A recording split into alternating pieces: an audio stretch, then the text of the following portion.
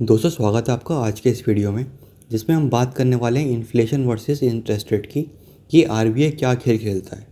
तो नॉर्मली कभी कभी आपने नोटिस किया होगा कि न्यूज़ आती है कि आरबीआई ने रेपो रेट 0.25% बढ़ा दी है और अगले दिन हर जगह डिस्कशन शुरू। होम लोन महंगा हो जाएगा, कार लोन महंगा हो जाएगा, स्टॉक मार्केट गिर जाएगी। और आम आदमी सोचता है यार आरबीआई का इंटरेस्ट रेट और मेरे किचन का क्या कनेक्शन है। सच बताऊं, कनेक्शन बहुत गहरा है। एक तरफ है इन्फ्लेशन और दूसरी तरफ है इंटरेस्ट रेट, और इन दोनों के बीच में चलती है आरबीआई की सबसे बड़ी चेस मैच। आज के इस वीडियो में हम समझेंगे कि इन्फ्लेशन बढ़ती है तो आरबीआई इंटरेस्ट रेट क्यों बढ़ाता है, क्या इंटरेस्ट रेट बढ़ाने से इन्फ्लेशन कंट्रोल होती है, ईएमआई और स्टॉक मार्केट का इससे क्या रिलेशन है, और इन्वेस्टर को इस स्कीम से क्या सीखना चाहिए। तो चलिए शुरू करते हैं।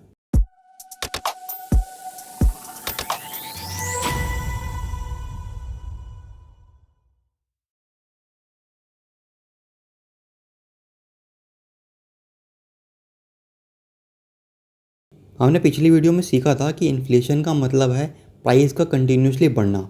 लेकिन इन्फ्लेशन डेंजरस कब बनता है? जब सैलरी से ज़्यादा आपके प्राइसेस ज़्यादा बढ़ने लगते हैं। यानी एग्जांपल के लिए कि आपकी सैलरी बढ़ी है सिर्फ 5% और वहीं महंगाई बढ़ी है आपकी 8%। तो कॉन्ग्रेचुलेशन, मुबारक हो कि आप टेक्निकली करीब हो रहे हो। और इसी सिचुएशन को कंट्रोल करने का काम आरबीआई करता है। अब आरबीआई करता कैसे है, आरबीआई एक्चुअल में करता क्या है? तो बेसिकली इंडिया की इकोनॉमी का ट्रैफिक पुलिस कौन है? वो है आरबीआई। और इसका सबसे पावरफुल वेपन क्या है? वो है रेपो रेट। सिंपल लैंग्वेज में बात करें, रेपो रेट वो इंटरेस्ट रेट है जिस रेट पे कमर्शियल बैंक आरबीआई बैंक से पैसा बोरो करते हैं। यानी HDFC bank, ICICI bank, SBI bank, सारे के सारे बैंक्स आरबीआई से पैसा बोरो करते हैं जिस इंटरेस्ट रेट पे। और अगर रेपो रेट बढ़ा दी जाती है तो इससे क्या होता है, इससे बैंकों को जो लोन मिलता है वो पैसा महंगा मिलता है। इसीलिए वो क्या करते हैं, जब आपको बैंक लोन देगा तो वो भी आपको महंगा देगा। सिंपल मीन्स उसको लोन आरबीआई से महंगा मिला रेपो रेट बढ़ने की वजह से, तो वो आपको भी लोन महंगा देगा। चलो एक सबसे रियल लाइफ एग्जांपल लेते हैं, एक छोटी सी स्टोरी से समझने की कोशिश करते हैं। इसमें हम राजू और अमन को लेते हैं जो एक फिक्शनल करेक्टर हैं। राजू सोच रहा था कि मैंने एक नई एसयूवी ले लेता हूँ, ये मैनेजेबल है। तभी न्यूज़ आती है और रेपो रेट बढ़ा दी जाती है। बैंक बोलते हैं कि भाई इंटरेस्ट रेट बढ़ गया है। तो इंटरेस्ट रेट जो यानी जो पहले ईएमआई होती थी 25,000 आती थी, वो ही बढ़ के हो जाएगी 29,000 पे। तो राज बोलता है यार गाड़ी नेक्स्ट ईयर ले लेंगे। तो बेसिकली अब सिर्फ राज नहीं, ऐसे बहुत सारे हज़ारों लाखों लोग भी यही सोच रहे हैं। क्या सोच रहे हैं कि गाड़ी हम नेक्स्ट ईयर के लिए पोस्टपोन कर देते हैं या कुछ टाइम के लिए पोस्टपोन कर देते हैं क्योंकि इंटरेस्ट रेट बढ़ गए हैं। इसलिए क्या होगा, इसका रिजल्ट क्या होता है? रिजल्ट ये होता है कि कार्स की डिमांड कम हो गई, जिसकी वजह से ऑटो की सेल्स स्लो डाउन हो गई। कंपनी अपना प्रोडक्शन भी स्लो कर देगी और धीरे धीरे इन्फ्लेशन कूल होने लग जाएगा। समझने वाली बात है कि आरबीआई डायरेक्टली प्राइस कंट्रोल नहीं करता, वो स्पेंडिंग कंट्रोल करता है। बट इसका इंटरेस्ट रेट और इन्फ्लेशन से क्या रिलेशन, चलो इसको भी समझते हैं। तो बेसिकली जब नॉर्मल एक रूल है, जब इन्फ्लेशन बढ़ता है तो आरबीआई इंटरेस्ट रेट बढ़ा देता है, जिसकी वजह से क्या होता है कि आपके लोन्स महंगे हो जाते हैं, स्पेंडिंग कम हो जाती है और धीरे धीरे डिमांड भी कम हो जाती है, जिसकी वजह से इन्फ्लेशन धीरे धीरे नीचे आना शुरू हो जाता है। इसे डोमिनो इफेक्ट कहा जाता है। जब आरबीआई इन्फ्लेशन को फोर्स से नहीं बिहेवियर से कंट्रोल करता है। अब नॉर्मली बात करके इंटरेस्ट रेट कम कब होता है, अब इसकी अपोजिट सिचुएशन देखते हैं। इकोनॉमी स्लो हो गई है तो कंपनीज क्या करेगी, कंपनीज हायरिंग ही नहीं कर रही क्योंकि इकोनॉमी स्लो हो गई है, लोग शॉपिंग नहीं कर रहे तो जीडीपी स्लो हो गई है। तभी आरबीआई क्या करेगा, आरबीआई रेपो रेट कम कर देगा। यानी कि लोन सस्ता, होम लोन सस्ता, बिजनेस लोन सस्ता और लोग खर्चा करना शुरू कर देंगे, जिसकी वजह से कंपनीज इन्वेस्ट करेंगी, जॉब्स बढ़ेंगी और इकोनॉमी एस्केलेट करेगी। यानी यानी जब हाई इन्फ्लेशन में क्या होता है कि आपका रेट बढ़ा दिया जाता है और स्लो इकोनॉमी के टाइम पे रेपो रेट को कम कर दिया जाता है। जब तो बेसिकली आरबीआई चाहता है कि जो आपका पैसा है वो मार्केट में फ़्लो करे, जिसकी वजह से वो रेट को स्लो डाउन कर देता है ताकि आप लोन लें, उसको परचेज़ करें कुछ, तो जिसकी वजह से इकोनॉमी एस्केलेट हो।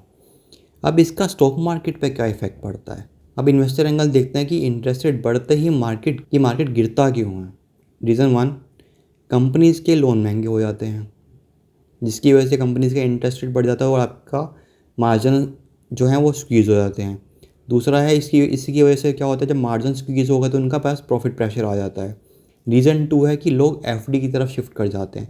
स्टॉक मार्केट से पैसा बाहर निकाल लेते हैं और एफडी एक सिक्योर ऑप्शन के लिए वहाँ पे इन्वेस्ट करना शुरू कर देते हैं। रीज़न 3 है कि आपका जो फ्यूचर कैश फ्लो की प्रेजेंट वैल्यू है ना वो कम हो जाती है, इसलिए जो स्पेशली आपके टेक स्टॉक और ग्रोथ कंपनीज ज़्यादा रिएक्ट करते हैं। लेकिन कुछ सेक्टर ऐसे हैं जिनको कम इम्पैक्ट पड़ता है, जैसे बैंकिंग सेक्टर कभी कभी बेनिफिट भी करता है। तो नॉर्मली ये याद रखना पड़ेगा कि आपको हर सेक्टर का रिएक्शन अलग अलग हो सकता है, depend on the repo rate change. क्या आरबीआई हमेशा सही डिसीजन लेता है? क्योंकि ये भी एक इंटरेस्टिंग बात है, क्योंकि देखो आरबीआई के पास ना कोई मैजिक बटन नहीं है। कभी इन्फ्लेशन जो है वो ऑयल की वजह से होता है, कभी वो सप्लाई चेन की वजह से होता है, कभी ग्लोबल वॉर की वजह से होता है। रेपो रेट हर प्रॉब्लम सोल्व नहीं करता, इसलिए मॉनेटरी पॉलिसी बनाना ज़रूरी होता है, जो कि एक साइंस भी है और एक आर्ट भी। अब ये कॉम्बिनेशन जो है वो आरबीआई अपने हिसाब से डिसीजन लेता है। अब इन्वेस्टर को क्या सीखना चाहिए? देखो इन पूरी वीडियो में जो आपको मेनली इन्वेस्टर्स को क्या करना चाहिए, पहला लेसन ये है कि इंटरेस्ट रेट सिर्फ बैंक्स के लिए नहीं, हर इन्वेस्टर के लिए इंपॉर्टेंट है। Second, high inflation generally higher interest rate ला सकती है। लोन लेने से पहले रेपो रेट साइकिल को ज़रूर समझो, नहीं तो आपको हो सकता है कि आपने लोन ले लिया और आपको हायर रेपो रेट की वजह से आपको लोन वो महंगा पड़ जाए। नेक्स्ट लेसन ये है कि हर रेट हाइक मार्केट क्रैश नहीं होता, long term trend fundamental decide करते हैं। लेसन 5, लेसन 2 लिख दिया। लेसन 5, न्यूज़ मत देखो, उसके पीछे का लॉजिक समझो, तभी आप इमोशनल इन्वेस्टर नहीं स्मार्ट इन्वेस्टर बनोगे। तो दोस्तों अब आप समझ गए होगे कि बेसिकली आरबीआई इन्फ्लेशन से लड़ता कैसे है। वो मार्केट को कंट्रोल नहीं करता और लोगों के बिहेवियर को इन्फ्लुएंस करता है इंटरेस्ट रेट बढ़ा के, और इंटरेस्ट रेट घटाकर वो इकोनॉमी को पुश देता है। इसीलिए रेपो रेट सिर्फ एक नंबर नहीं है, ये पूरी इकोनॉमी का स्टीयरिंग व्हील भी कह सकते हो इससे आप। और अगर आज का वीडियो पसंद आया तो लाइक करो, शेयर करो, सब्सक्राइब करो, क्योंकि यहाँ फाइनेंस सिर्फ एक्सप्लेन नहीं डिकोड की जाती है। और याद रखिए कि अगर आप इन्फ्लेशन और इंटरेस्ट रेट का गेम समझ गए तो आप इकोनॉमी का आधा गेम समझ गए हो। तो मिलते हैं आपसे अगली वीडियो में, जिसमें हम बात करेंगे बाकी वीडियोस की भी। और अपने अगर पुरानी वीडियोस नहीं देखी तो प्लीज़ प्लेलिस्ट में जाके आप पुरानी वीडियोस भी चेक कर सकते हैं। तब तक के लिए धन्यवाद।